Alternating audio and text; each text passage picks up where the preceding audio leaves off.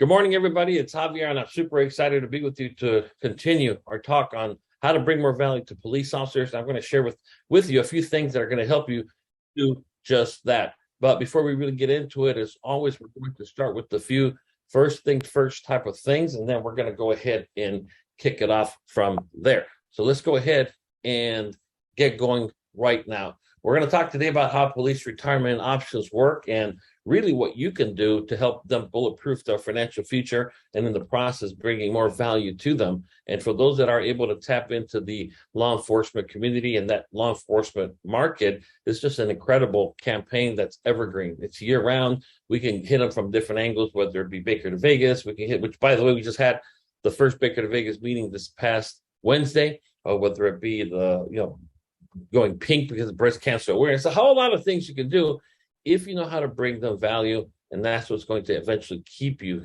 if you would, in that world as well. As a matter of fact, just this week, it's important to always market yourself. And as you can see here, I got an email from somebody saying that they are team cap or co-captains with the Fresno Police Department Baker Vegas 2023 team. They want fundraising help, which we can definitely do that for them as long as they understand what the conditions are.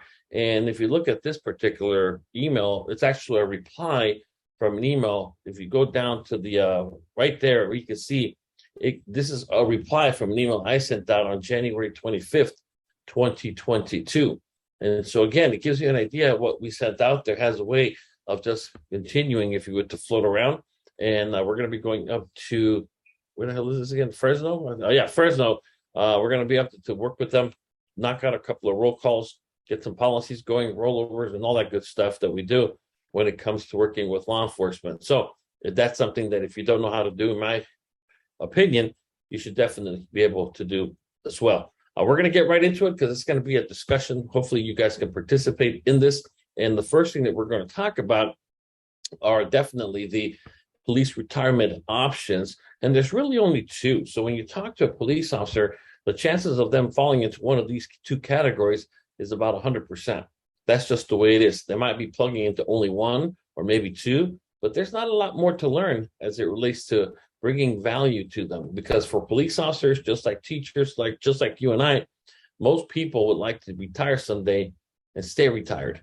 And that's something that most people can no longer do, including police officers. Police officers are known for retiring young, but they retire on a Friday from the police department, and they usually start some kind of job as a security guard or some other stuff on a Monday.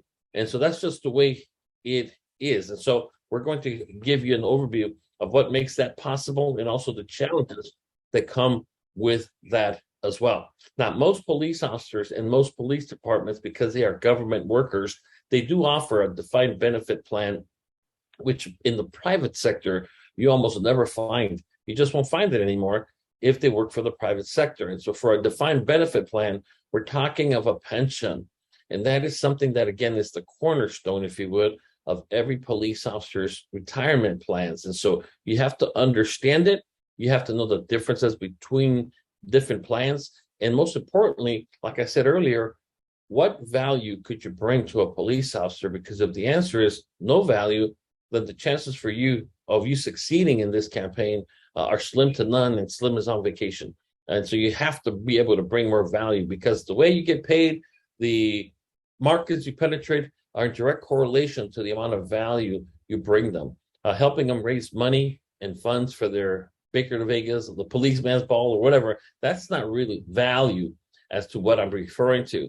The long-lasting value is going to come from you positioning them in such a way that their future, their financial future, is that much stronger. It really is bulletproof now. So they're going to go tell their friends, and before you know it, it's them that are going to become your advocates to help you grow your business. So defined benefit plan, or as we just simply like to call it, the pension plan, is a very powerful vehicle that most people in this country don't have anymore, especially if they work for the private sector. Now, when it comes to the defined benefit plans, they are compulsory for most police officers. And what that simply means is that by default, they are placed in the pension plan.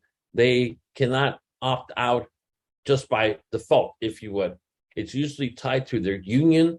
There's a lot of fighting to preserve what they have, because as the years go by, the pension of today, if somebody starts as a police officer today, their pension will be different than the one that I had when I started back in 1995.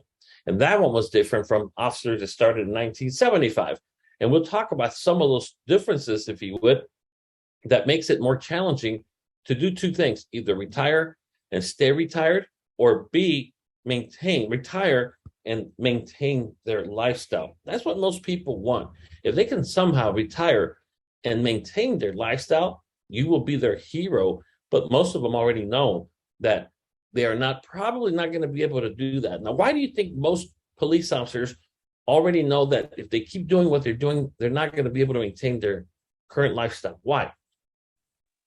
Anybody? Unmute yourself real quick, just one person at a time, and then we're going to go ahead and rotate. Just one answer. That's all we need per person. Why? Well, they go by what their colleagues do. Okay, the people that went before them. The people that went before them are looking back and saying, buddy, you better money up, you better save up.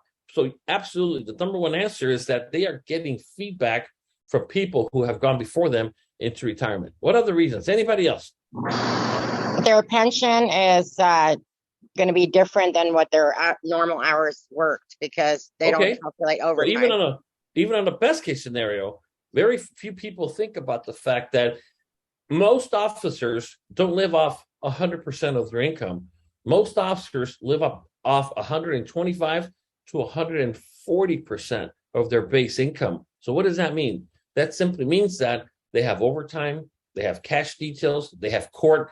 So no officer just makes 100% of their base pay. They are getting bonuses, whether it be, I got a bonus because I spoke Spanish, I was bilingual. I was patrol officers get a little bit more. On top of that, a higher rank. And the point that I'm making is that when officers retire, none of that factors into your pension. So you're not going to retire and take off with just what you're used to making. And most importantly, the problem for most police officers, unlike other sectors, in other sectors, they do start to, for the lack of a better phrase, shrink down their lifestyle as they get closer to retirement in preparation for retirement. Whereas for police officers, it's very common to just simply maintain their lifestyle or move somewhere with a cheaper cost of living, but maintain the lifestyle of a nice big home, cars, boats, toys, and stuff like that. And so that's very true. And thank you for bringing that up, because that is absolutely true. That even if they simply just got their 100% of their base pay, that still wouldn't be enough compared to how much they're used to making. And then, of course, the pension is a percentage of the 100% base, or an average of the last couple of years' salary. So it's not going to be 100%. Now, factors that you have to consider are things like TOS, or time of service. And that's very important, because that's going to play into the factor that I'm going to mention right now, the minimum retirement age. This is kind of like moving the goalpost further and further down the field for newer hires. So when I came on board, people were retiring at 50. Then when I was there, it was moved to 52. Then it was moved to 55. Then now it's 60 years old. And so because most police officers start pretty young, if you are, let's just say 23, I was 23 and I started. In 20 years, you're 43. In 30 years, you're 53, but you're run ragged. It's just simply unbelievable what a short lifespan officers are notorious for having in retirement. And so you have to wait till you're even older now. So even if I retire with the amount of years of service that I qualify for a pension, I cannot collect that pension until I hit that magic number of my minimum retirement age. And like everything else, like Social Security, if you take the first available slot, the youngest that you could possibly be, well, you're going to get less than if you wait for a later point in your life as well. And then, of course, one of the most important things to make sure that you can't use one multiplying factor. So when it comes to the pension, they all differ based on what's called tiers. And so tier simply means what version of your pension do you have? If somebody joins a police department today, they are going to have a different version or a different tier than those that joined the police department 20 years ago, guaranteed. And it keeps getting worse. So now, if I was to start today, I might get 2% per year at 50. So if I take my number of years of service and I did 20 years, well, 2%, 2 times 20, that's 40. So I'm going to get 40%, but I have to wait till I'm 50. And so I'm like, the guy before me, though, used to get 3. And that's true. So they would get the factor of 3. So they would get more of their pay. So yes, it is getting cheesier. It is getting watered down. People have to work longer years for less money. And so that's one of the reasons that you as a financial professional can come in and help them shore up the challenges they're going to be facing, because most of them know about them already, because they see the people that retired before them retire on a Friday and start that security job on a Monday or whatever the case might be, not because they're bored and they're tired of the beach and they're tired of Hawaii and they're tired of traveling the world, but because they just simply, point blank, cannot afford to retire all the way.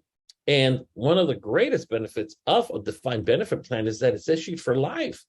And that's pretty cool, because I always say, look, at a worst case scenario, if you really royally screw up your retirement, like a lot of officers do, you could literally just find a small place somewhere and with the lower cost of living and not have to worry about your money running out, because they will be for life, unlike many other things, one of which we're going to talk about right now.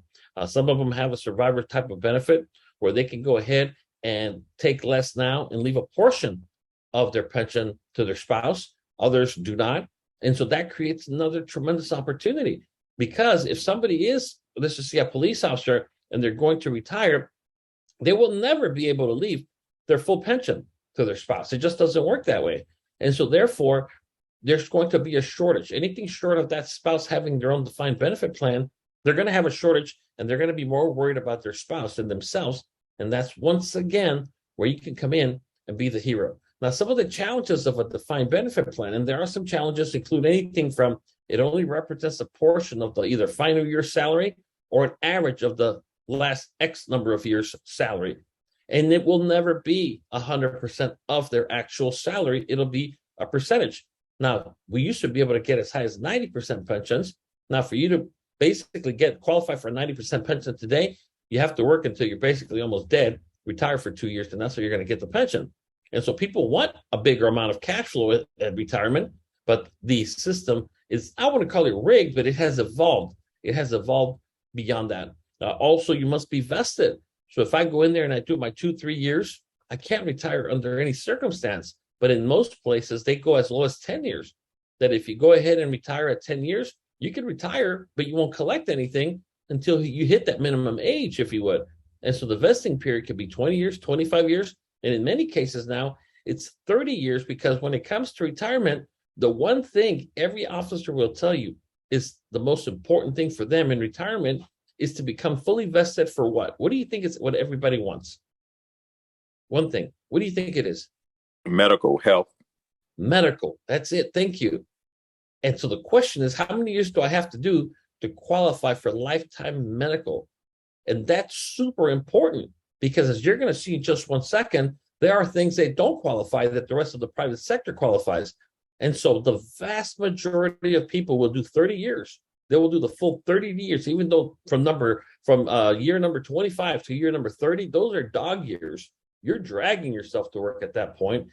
But they're doing it because of the fact that they want to, again, qualify for medical. And I think that is a good idea if that's the only option you have, even though you can come in and show them other options that will give them the freedom. Because remember, most people want to retire when they're still able to enjoy retirement, not just when they're broken down all the way that they just simply retire and can't do a whole lot because of their medical condition or whatever the case might be. And remember what I told you, police officers are notorious, and nobody will fight you on this.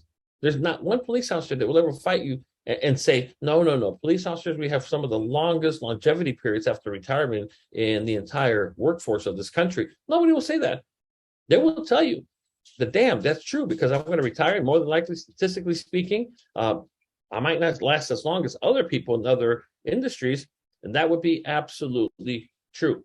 One of the greatest challenges when it comes to the financial well-being of retirees and police officers is that their pension is 100% taxable.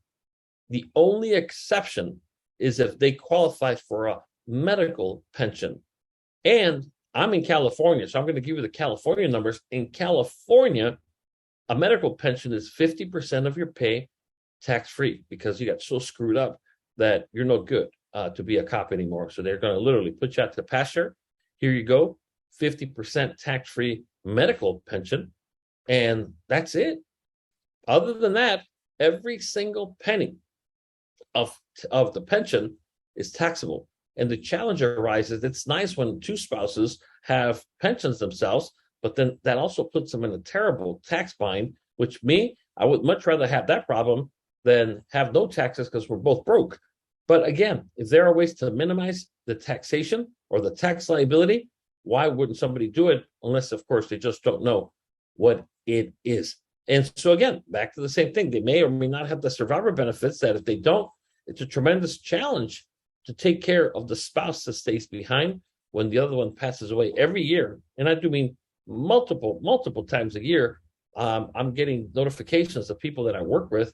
Remember Sergeant so-and-so, remember the Lieutenant so-and-so, remember, so yeah, just died, passed away, just died, passed away. I have a good friend of mine, very good friend of mine, who was a coworker, another police officer. They were doing their annual parties, if you would, to celebrate, for the lack of a better phrase, to just kind of celebrate reunions, and they stopped them 4 years ago because a lot of people were dying. That's the only reason they stopped them, because of the number of people that kept dying, which is simply incredible. And that's just life of a police officer. So nothing shocking there. The great part is if you can have these very candid conversations or insert these pieces of information when you're talking to a police officer, your level of credibility will go up tremendously. And that's something that not everybody is comfortable doing, and that's okay. Just stay out of the damn market. Don't get involved in it. If you're not going to bring true value, it's not for you. It's not the end of the world. Go work a different market. But if you can have a very candid, sincere conversation, don't make it a negative thing. But when I tell people, look, we have to look out for your husband or for your wife. They don't have a pension. What's going to happen when you die? I mean, you don't want to leave them high and dry, obviously. And of course, we got a lot of taxable income, a lot of taxable assets. You should balance that a little bit with some tax-free vehicles that we're going to talk about as well. And what's really cool, what's really challenging about this is that for many police officers, their pensions will keep them from receiving other private sector and government benefits, whether it be Social Security and so on. So a lot of them think they're just going to go run there and get that, when in reality they don't qualify. And if they do qualify, it'll be fully taxable. You can't double dip. It's called the windfall provision that will keep you from doing that. And so the point that I'm making is that thank you, baby. Thank you.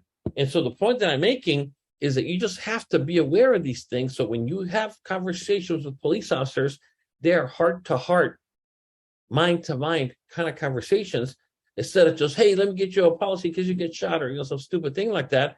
That you have to be able to have these conversations that will raise your stock and make you look like you know what the hell you're talking about as well. Now, lastly, what I'm going to talk about here is that the primary benefit period is determined by length of life. So it's kind of like an annuity, annuity for life, where if somebody just gets their pension and they live 2 years and they die, the city won, the police department won. And we don't want that. We want them to live for a long time, as long as possible. I know when we sat there in roll call, almost every week they would read off death and funeral notices.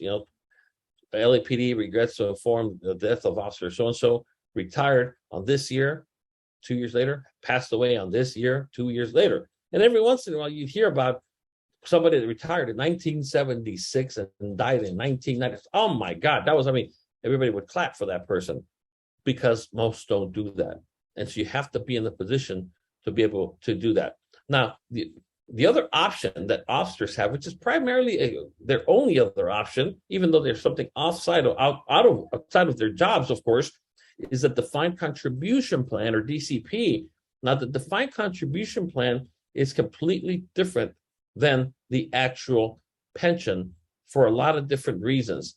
First of all, it is not a 401k. It is definitely qualified like a 401k, but it's also pretty different. Over here, it's a 457, and the difference between who can tell me what the difference between a 457 and a 401k? Or even a 403b? What's the difference? Anybody? We got 403B, 457, and 401k are the three big ones. What's the difference? Anybody?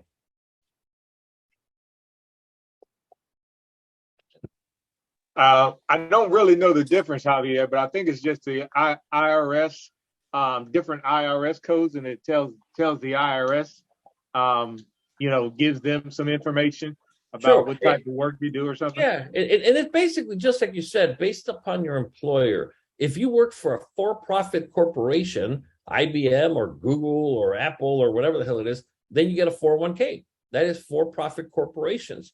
If you work for a nonprofit, the Red Cross or a school district, then you get a 403B. So that should tell you right away that they work for a nonprofit organization. And then the third one, which is the 457, basically is when you work for a municipality.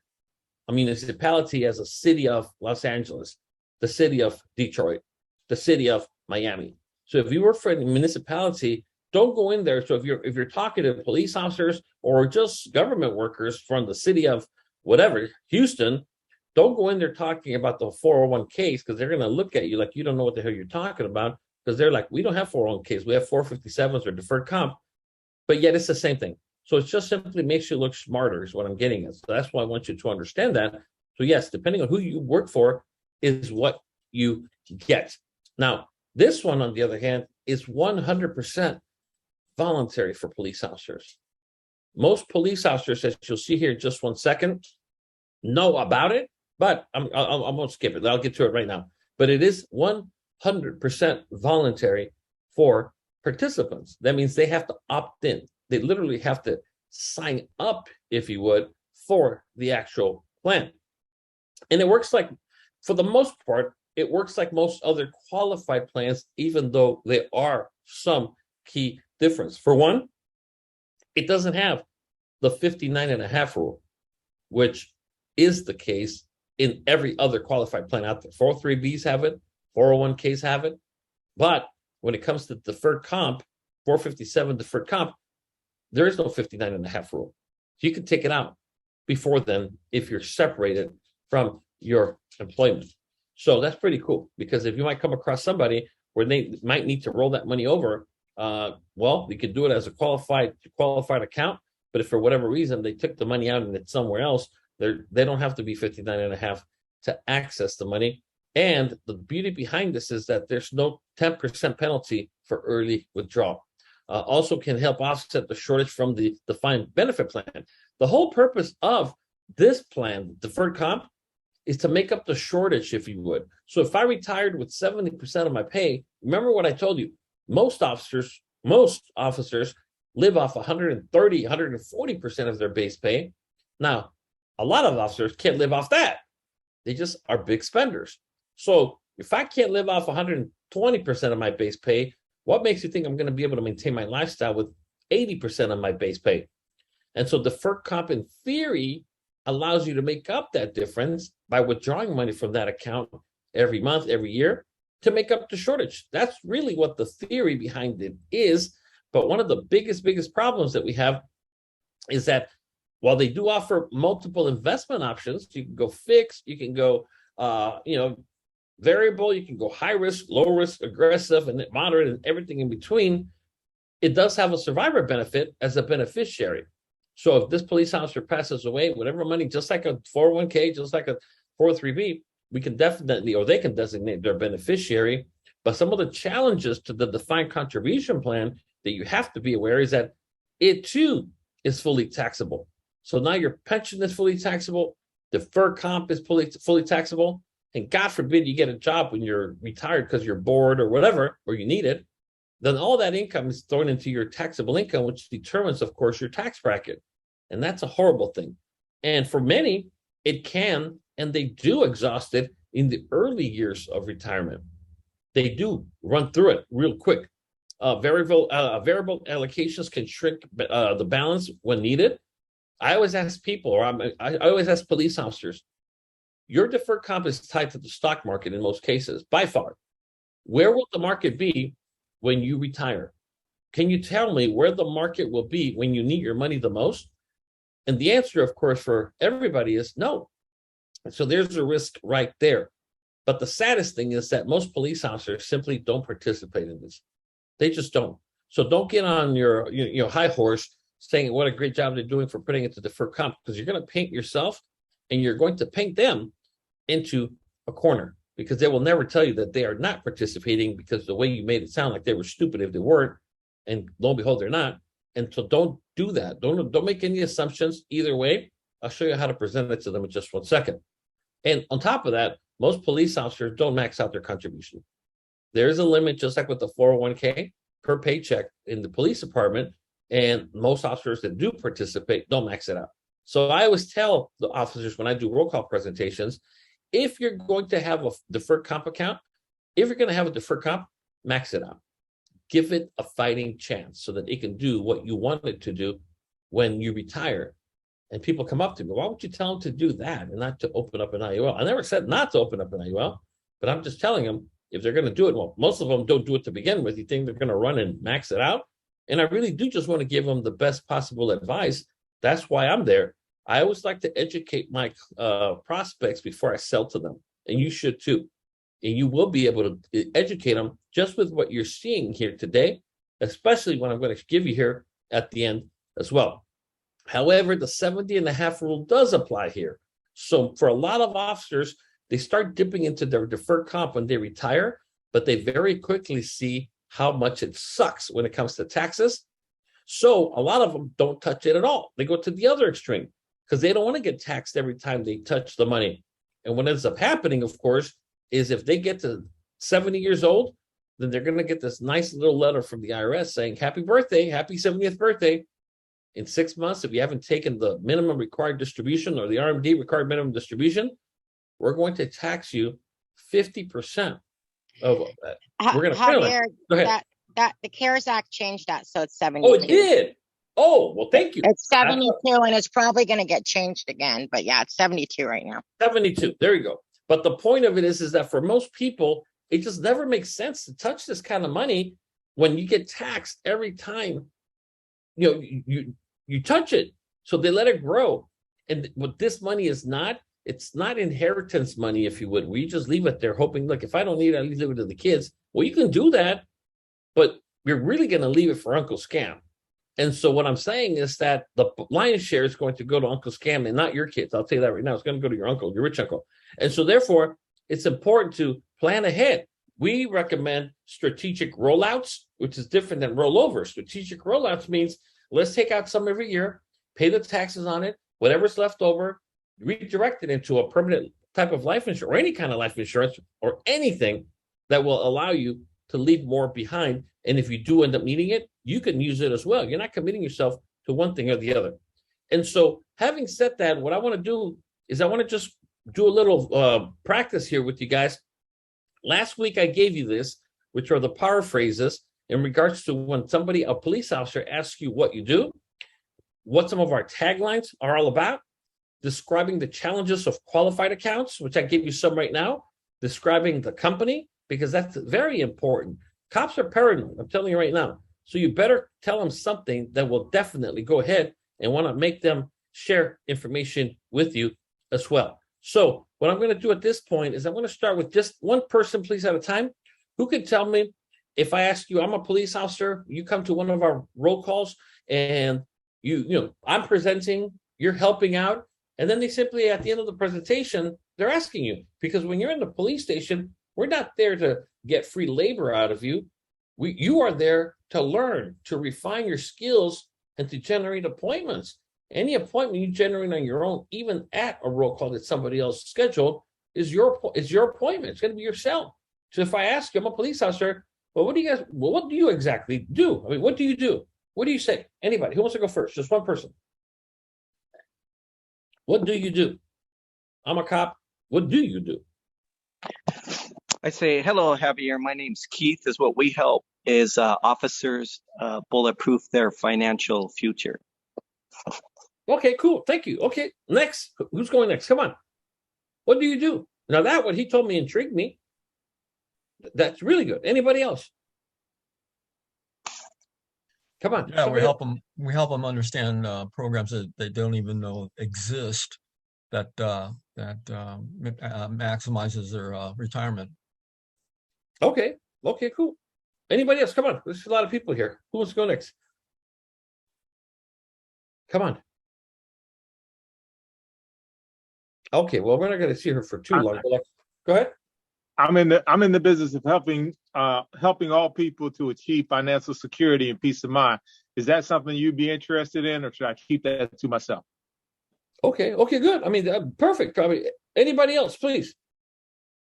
Because remember, one of the things that people ask me all the time is in regards to the roll calls. They want to come to the roll calls. You know, why would I want to bring you? I mean, if you're not even answering up here, your chances of going to a roll call is slim to none, and slim as on vacation. I mean, just to be nosy. I mean, you can see the recording. We actually have a recording, which I'm going to share with you right now. But you got to sound educated. You got to step out of your comfort zone. You're going to have to do your part. And for a lot of people, that's asking a lot for them to speak up. And so you're in the wrong business. Let me just put it to you right now, because this is people business. This is about marketing. This is about learning how to intrigue people, how to generate more questions, because everybody did a great job. And the most important thing you can do, of course, and I do mean the most important thing you can do, is to go ahead and always end your answers with a question. Always end your answers with a question. Very, very simple, just like we've been teaching you here. Well, what we do is we teach police officers how to bulletproof their financial future by leveraging products and concepts that most officers don't even know exist. Let me give you an example. Are you paying into deferred comp right now? And I have them. They're mine, because I'm going to take control from him or from her by simply asking a question. Well, what we do is we protect financial futures to help people retire with dignity and on their terms. Let me give you an example. When you retire, as you know, your pension is going to just give you a portion of the income that you're used to, right? Yeah. Well, we can help you make up that shortage with tax-favored products that literally will give you tax-free income to allow you to retire and stay retired. Very, very simple. We help people who optimize their savings and retirement plans. Let me give you an example. Are you married? Yes.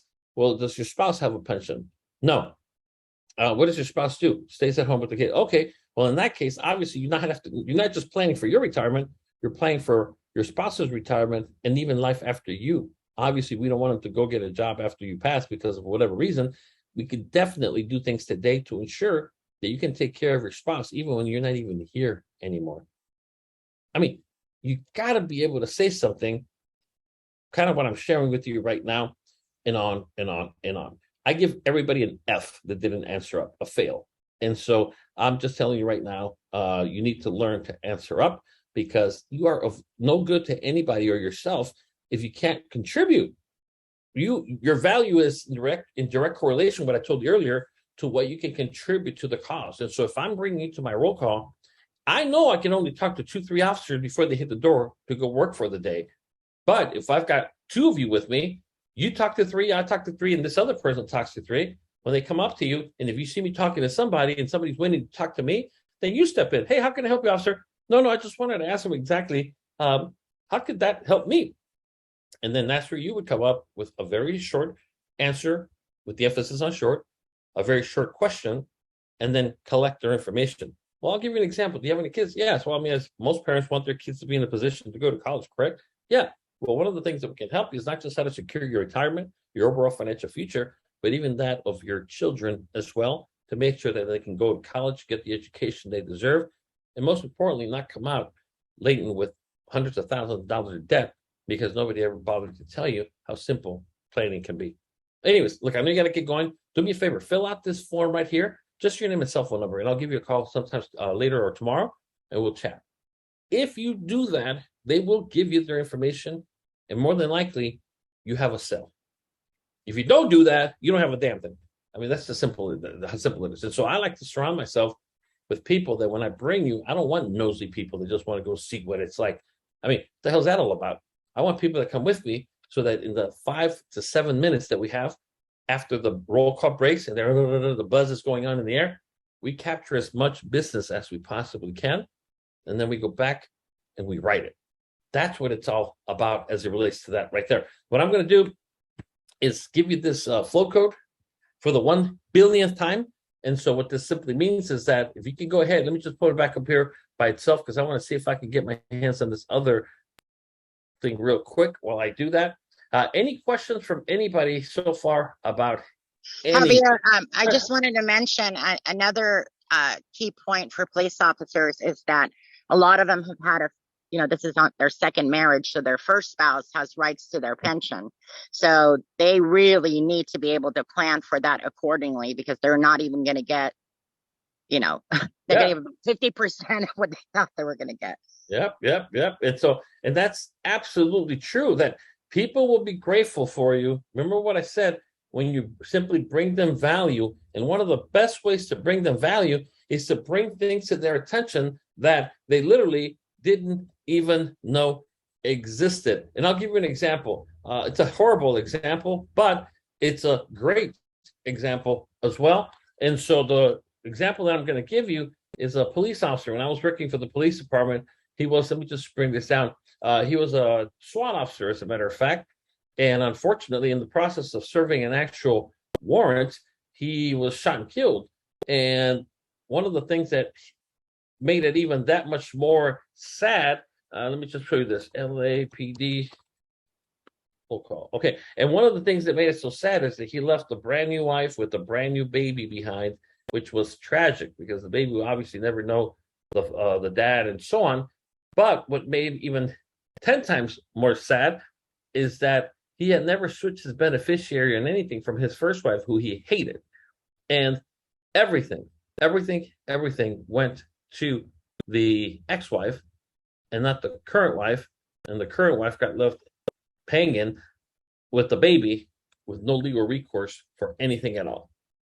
And so that's what I'm saying, that we let them know, hey, look, listen, any changes to your beneficiaries, your life insurance policies, your deferred comp, and so on and so on and so on, they will love you to death, because you just brought up a conversation that most people have never even had, just because of what she said right now. Any thoughts on anybody before I show you this last thing? And so what I'm going to do now is I'm going to go ahead and show you, or put up on the screen, I should say, another flow code. If you want to, obviously you don't have to, but if you want to, let me just go bring up the PowerPoint. Let me go back over here. I'm going to do is, okay, let me see. If you want to, I'm going to show you a link where you can actually see. A lot of people say, I just want to be nosy, I want to go look at a roll call. Okay, so you can do that. So what I'm going to do now is put it up on the screen. Just go ahead and break out your phone real quick, because it's going to come up for just a minute. And here you go. And you should see it now. It's another flow code. That's an actual roll call that I recorded with the LAPD, that you can kind of get a sense of the flow, if you would, of how these things work. And they work very, very well, as long as you bring value to the table. Not skepticism, not fear, not self-doubt, not self-pity. Value. And value is knowledge, because knowledge is power, and they will go ahead and respect you for that, and in the process give you the business that you seek. It's one of the most loyal markets around. They will go ahead and refer you to their partners, to their old partners, to their co-workers, and everybody else, as long as you bring them value. What I'm going to do at this point is see if anybody has any questions before we wrap it up. Any questions from anybody? Any thoughts? Anything I said wrong that's outdated? Please, that's what we're here for. I just repeat a lot of my stuff. So go ahead. Anybody? Oh, shoot. Okay. All right. Well, if no one has anything else, I'm going to go ahead and call it a day. I just want to say thank you to everybody for all that you do, and challenge you to not lose sight of this market. It's a huge market. Literally, there's probably a police station within 5 miles of where you're sitting right now. And the Baker Vegas campaign just kicked off this past Wednesday with the first team captain's meeting. And so it's up to you to do your part to prepare yourself to tap into that market to give you the success, income that you and your family deserve. Thank you so much, everybody. Have a wonderful weekend. I'll talk to you soon. Thank you. Thanks, Javier. Thank you. Thank you.